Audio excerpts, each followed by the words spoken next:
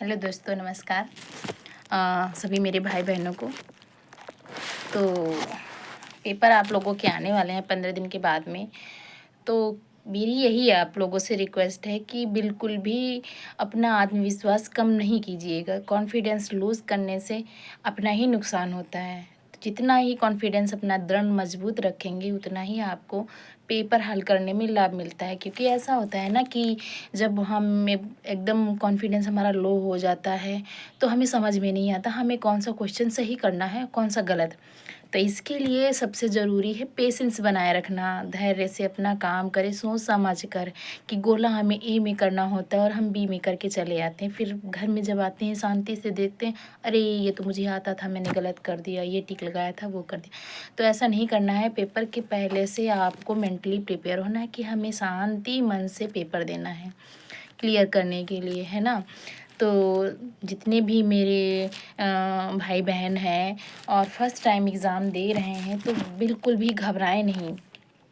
क्योंकि ऐसा होता है घबराने से हम मेंटली रूप से परेशान और डिप्रेस्ड हो जाते हैं।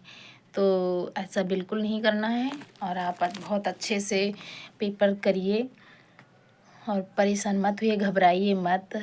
अपना जो पसंदीदा आप लोगों के टीचर हैं, बुक्स हैं जो समझ में आती हैं उनसे पढ़ते रहिए। रिवीज़न बिल्कुल भी मत छोड़िएगा, रिवीज़न करते रहिए, बहुत ही ज़रूरी है। तो सभी लोग अपने समय का सदुपयोग करते हुए अपनी अच्छे से तैयारी करिए और एक दूसरे का अपने जो फ्रेंड सर्किल में हैं उन्हें भी जागरूक करते रहिए, अवेयर करते रहिए पेपर के बारे में बताते हुए। और अपना डिस्कशन जारी कर सकते हैं। अगर आप लोगों का फ्रेंड ग्रुप बना हुआ है तो उस पे आप क्वेश्चन पुटअप कर सकते हैं, पूछ सकते हैं इसका क्या आंसर होगा, कुछ भी पूछें, पढ़ाई से रिलेटेड है ना। तो जो ग्रुप में डिस्कशन होता है वो लाइफ टाइम के लिए हमारे माइंड में सेट हो जाता है। और लास्ट टाइम पे तो रिवीजन और डिस्कशन तो इम्पोर्टेंट होता ही है। तो इन सब चीज़ों का ख्याल रखिए। और सबसे बड़ा है कि आप अपने समय को मत गंवाइए। अब ज़्यादा समय नहीं रहा है पढ़ाई करने का, 15 ही दिन है। और कुछ लोगों ने सीटेट का भी डाला होगा, उसका भी एग्ज़ाम सितंबर में पड़ रहा है। तो चलो खैर, सीटेट के लिए अभी 2 महीने का टाइम है, जून जुलाई अगस्त, 2.5 महीने का टाइम है। लेकिन फिर भी अगर हम अभी से तैयारी करेंगे ना तो हमारे मार्क्स बहुत ही अच्छे आएंगे। और ये भी जो है उसमें हमारे गुणांक में जोड़ेंगे। अगर ये अभी केस चल रहा है नहीं हटता है तो एकेडमिक भी जुड़ेगा और इसका भी जुड़ेगा। हो सकता है हट भी जाए, और हट जाता है तो अच्छी बात है, लेकिन नहीं हटेगा। अब फ़िलहाल हमें मेंटली प्रिपेयर होना है। हमें 120 125 नंबर ऐसे गेन करने हैं, तो उसी अकॉर्डिंग हमें मेहनत भी करनी पड़ेगी। तो और आज और 1-2 दिन में हमने सुपर टेट का भी काफ़ी सुना है, अब बैचेस भी आने लगे हैं। तो हो सकता है, उम्मीद है कि सुपर टेट भी आए। तो इसके लिए हमें बिल्कुल भी इधर उधर टाइम नहीं बिताना है, तैयारी करनी है। अगर सफल हो सकता है इस बार वैकेंसी आ जाए और फिर 5 6 7 8 सालों के लिए छुट्टी हो जाए। क्योंकि जैसे अभी हम लोग समझ ही रहे हैं, जान ही रहे हैं, 2019 के बाद में कोई वैकेंसी नहीं, 18-19 के बाद में से तो 6-7 साल हो रहे हैं, 8 साल। तो हो सकता है इस बार जो आ जाए उठ के मुँह में जीरा वाली हालत में, तो अगले फिर 6-7 8 सालों के लिए छुट्टी ही हो जाएगी। मुझे नहीं लगता कि कोई भी वैकेंसी आने वाली है या रिक्तियाँ खाली होंगी। तो अगर आपको एक रास्ता बनाना है, करियर चुनना है, तो पढ़ाई बहुत ही इम्पोर्टेंट है ना।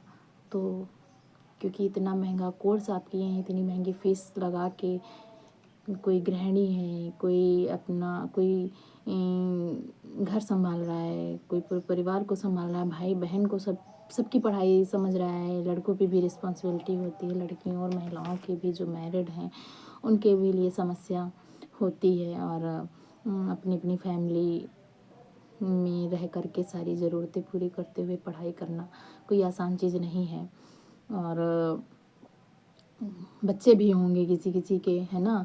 तो जो बच्चों को देखते हुए पढ़ाई करना तो भी और मेंटली प्रिपेयर होना पड़ेगा भाई, क्योंकि बच्चों को देखना सबसे पहले, फिर टाइम निकाल करके फिर अपनी पढ़ाई करना होता है। सभी का ध्यान भी रखना पड़ता है खुद ही को।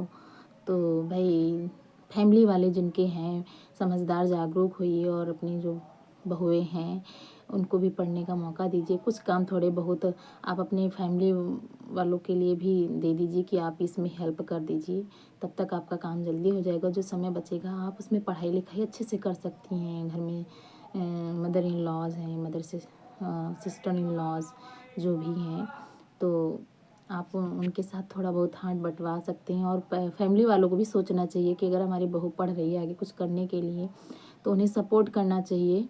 और क्योंकि बिना सपोर्ट के कुछ नहीं होगा, है ना? तो सपोर्ट बहुत ज़रूरी है। और फैमिली समझदार हो हैं आज के समय में, बहुएँ बेटियां बराबर पढ़ रही हैं, क्योंकि मैं भी ससुराल से ही पढ़ाई पूरी कर रही हूँ और सारी पढ़ाई मैंने यहीं से किया हुआ है, अपने ससुराल पक्ष से ही। तो आज के समय में सभी लोग शिक्षा को लेकर के बहुत ही अवेयर हैं और फैमिली भी सपोर्ट कर रही हैं, क्योंकि मैंने डीएलएड किया है तो वहाँ देखती हूँ बहुत ज़्यादा, सबसे ज़्यादा डीएलएड मैरिड लड़कियाँ ही कर रही हैं। तो इसलिए मैं देखती हूँ कि हाँ, आप बहुओं को भी पढ़ाने का बराबर मौका बेटियों के बराबर दिया जा रहा है, तो अच्छी बात है। समाज में हमारी जागरूकता आ रही है, तो पढ़ाने के साथ साथ उनका अब इसमें भी सहयोग करिए और आपकी बहुएँ जो हैं अच्छे से पढ़े लिखे, क्योंकि मुझे अच्छा लगता है कि मतलब शादीशुदा होने के बाद में ससुराल में लड़कियां पढ़ रही हैं, आगे बढ़ रही हैं, उनका फैमिली सपोर्ट मिल रहा है ना? तो अच्छी बात है। और गाँवों में भी बहुत ज़्यादा पढ़ाई को लेकर के मतलब कंपटीशन रहता है बहुओं लड़कियों में, तो होना भी चाहिए। चलिए ठीक है। सभी लोगों के लिए मेरी यही भगवान से प्रार्थना है कि बहुत ही अच्छे नंबर से पास हुई और सभी लोग अच्छे से मेहनत करिए। धन्यवाद।